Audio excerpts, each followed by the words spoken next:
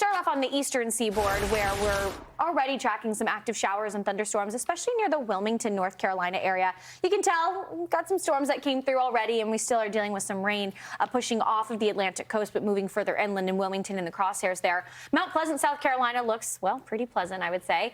The southwest wind, though, is courtesy of an area of high pressure sitting off in the Atlantic, but it's pumping in some extra moisture, and then that is meeting up with the boundary of just a remnant cold front that's been hard pressed to fully move off of the southeast coast. But we do have one flash flood warning. This is for the city of Hopewell, Virginia, in Chesterfield County, Virginia here. We've had just some thunderstorms that have just barely been able to make it to the southern suburbs of Richmond. And right now we're seeing a little more stabilization within this. But over the last 3 hours, there has been a good deal of rain, a couple of locations, upwards of 3 to 5 inches, especially to the west of Chester. So that's where the flash flood warning was needed and issued there.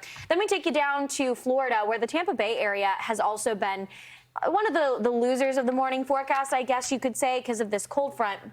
Straight north, but you have the winds that are staying persistent and bringing in multiple round after round of rain. But things also seem to be calming down a little bit. Yeah, we can't all be winners in the morning. That's okay, though. It's all right. I mean, okay. I feel like you can't even be a loser when you live in Florida. So true.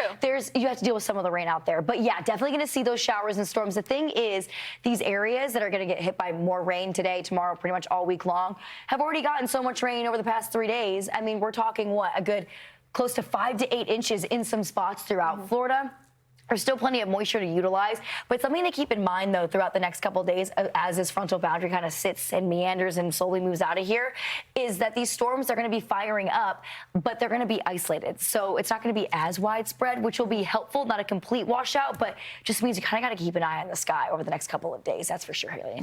Especially into the afternoon, things could get more widespread, as we've been saying, and then could lead to some issues at the area airports. So think about Raleigh, Charlotte, Atlanta, some of the area airports, maybe Charleston, Richmond, Virginia. Those are the spots that could see some slowdowns later this afternoon. I wouldn't say it's going to be a canceled flight, but it could be delayed. And then, you know, when you have the connecting flights, it all goes downhill from there, and it just turns into a little bit of an issue. But eventually we'll be tracking another cold front further across the upper Midwest. We'll be talking about that in just a moment. But that then pushes some of this energy off of the eastern seaboard. But we'll keep things wet throughout the better part of this week.